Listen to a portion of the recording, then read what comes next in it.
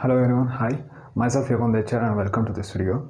And in this video, we'll be discussing about the basic resume making, like keywords in the resume. So importance of keywords and how we have to utilize and how we have to change regularly those keywords and how we have to update our resumes regularly and how can we make our resumes better and better when you are applying to different job profiles. Like firstly, they will be shortlisting you by with the resumes. So resumes are the first contact from your side to the company side. So I mean, when you're applying outside, like outside the college, I mean, and also inside the college, most of the people will be knowing like whether you are in the diploma or in BTech, MTech, or whichever the level of education. So when you are applying to a company, the first thing they do is like first shortlisting from the your resumes. Like how can they shortlist without talking to you or without giving any online test and everything. So they do this thing by while checking your keywords used in the resume. So we'll be speaking about those keywords, how to change those keywords and how to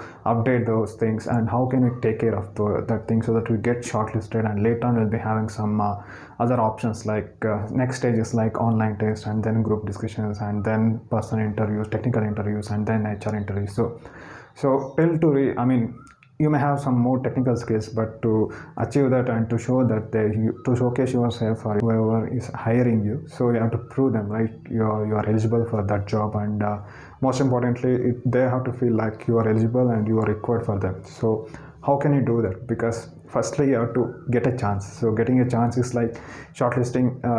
The first step is like shortlisting by the resumes itself. Resumes are CVs. So how can we change these things? What are the important aspects of these keywords, and how can we change that regularly? Okay, we'll focusing on that thing. Fine. Yeah, let's start this.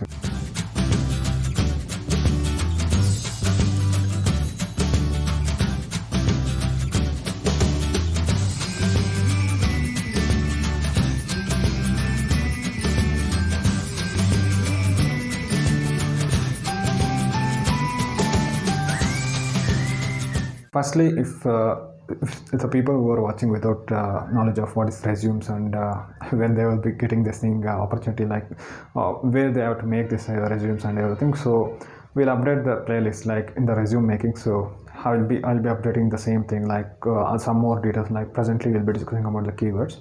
So later on in the later stages, we'll be discussing on further steps like what all the sections has to be arranged in which section we have to arrange the education section, and where the project has to be designed. Like projects means like your work, how to showcase where in the first page or in the second page, and the number of pages and the usage of profile in the resumes, and such discussions will be discussed in further sections, I mean further videos. So presently we'll talk about only keywords things. Okay, what is resumes? Like basically, if you don't know what is resume means, like resumes are the first document kind of things, like PDF or Word document, which will be accepted like in the form of documents or in the word itself in most of the companies, which contains your qualifications like your previous work experience and your achievements and your knowledge whichever in which department or domains you are highly experienced or you are highly having more command on that things, and you have to showcase your skills. Resumes is something like you are assuring them like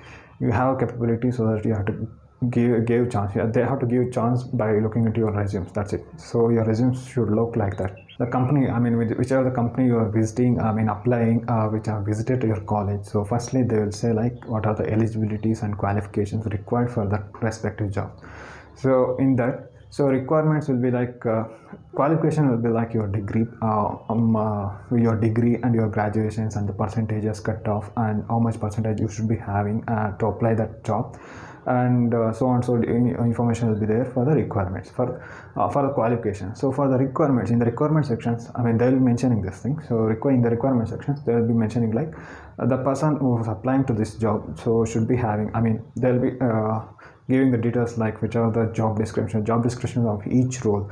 Like one company coming to your college or visiting to your college means like they will be coming for different opening, different job profiles. So for each job description they will be having some separate job qualification requirements.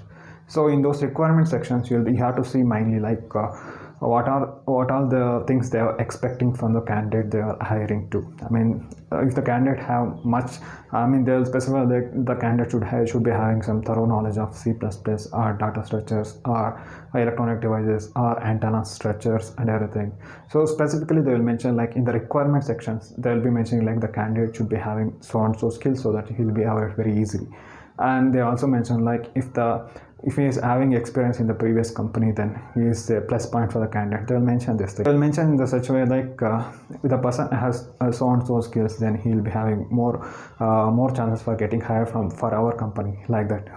These are all the requirements they will be specifying in the company. But after reading this, but if you don't change your resumes, like which was like normally prepared in a format or whichever the template you got presently, so then you'll be losing this thing. Like losing means you're losing the opportunity if the company decides to go with shortlisting from the profiles. Like shortlisting from the resumes have been done, and then even though if you had those knowledge, just like whatever the requirement for the company, if you had that knowledge also, you'll be not qualifying for the company, like because you'll be rejected in the first round itself. First round is like shortlisting from the resumes or CVs.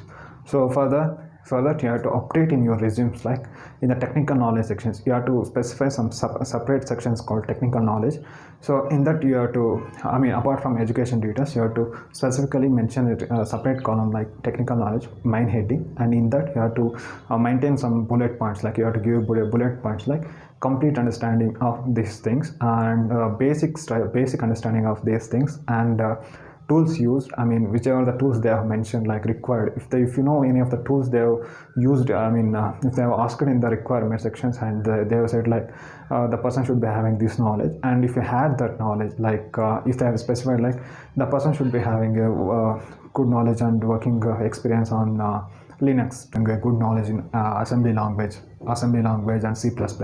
So then here in this technical knowledge section, one point you have to mention like thorough understanding of C++ and assembly language and good programming in the assembly language, or else in the project section also you have to modify your project in such a way that it's completely updated to your assembly language. Like if it is done in the assembly language itself, then you have to mention here like I have done the project in the assembly language, so I am good with this thing. So you have to update here in the resumes, like you have to use those terms itself in the resume such a way that they will identify, because this will be not sometimes it will be identified by the machine software itself, like the software will be searching your these keywords. So in that case you will be having high chances of shortlisting for the next round, like shortlisting of resumes.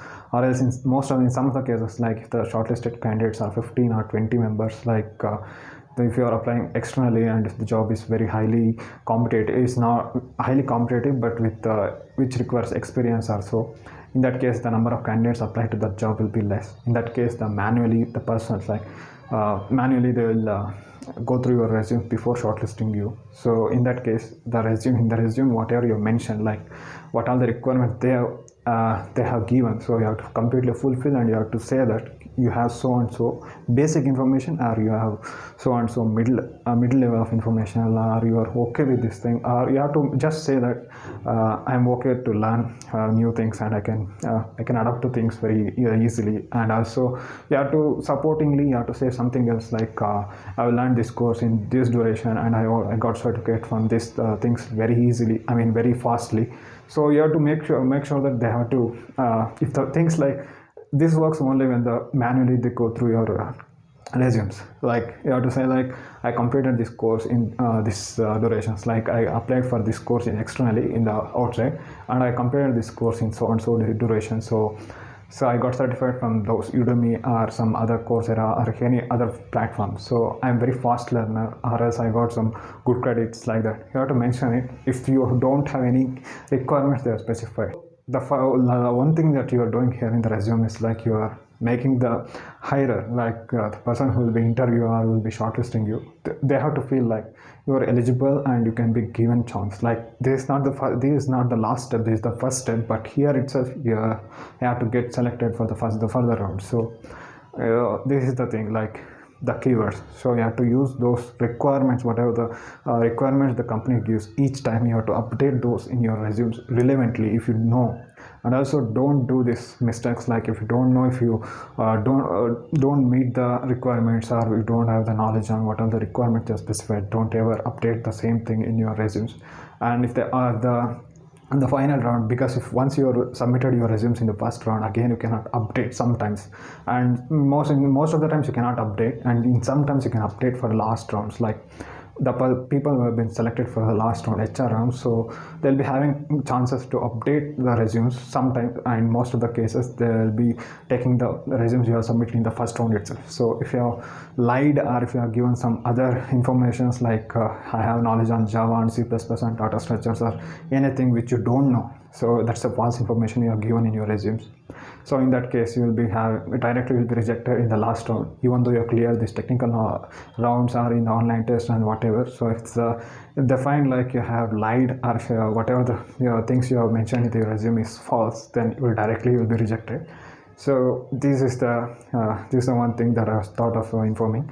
So this is about the keywords that you have to regularly update before applying to each company, so that you will be having some more chances, like you will be having the better chances to going for the next rounds or shortlisting or getting calls from the companies if you are applying for outside. So thank you, and sure that you like this video if you feel like the things that we have discussed so far is worthwhile to you, and make sure that you like, so that we'll be getting motivated to do some more videos. So make sure that you subscribe, so that you'll be getting some further informations and regular update. Thank you, and share this information to your friends wherever this information you feel like it's worth sharing to such people, so that they get utilized for the information that I have shared so far.